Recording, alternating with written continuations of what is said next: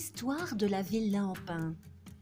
Louis Empain, second fils du richissime homme d'affaires le baron Édouard Empain, se lance en 1930 dans le projet de construction d'une somptueuse villa le long de l'avenue des Nations Unies à Bruxelles, rebaptisée plus tard avenue Franklin Roosevelt.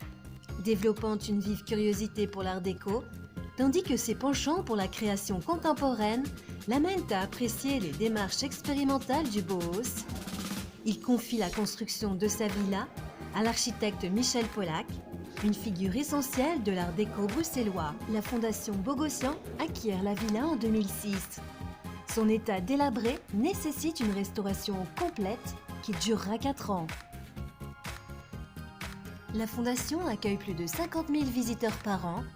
Elle est désormais un lieu de rencontre et de découverte privilégié, d'émerveillement pour sa beauté retrouvée et d'émotions partagées par les activités qui y sont organisées. Jusqu'au 22 août, l'exposition Mappa Mundi.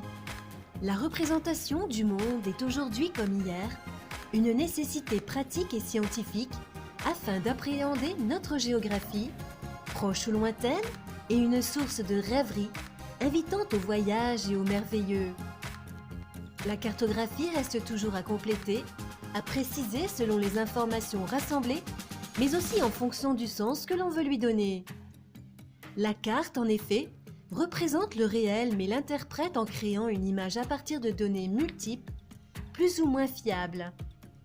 La représentation du monde évolue sans cesse, les frontières bougent, les techniques progressent. C'est sans doute ce qui explique que tant d'artistes les privilégiaient en mettant ainsi, chacun à leur manière, le monde à plat.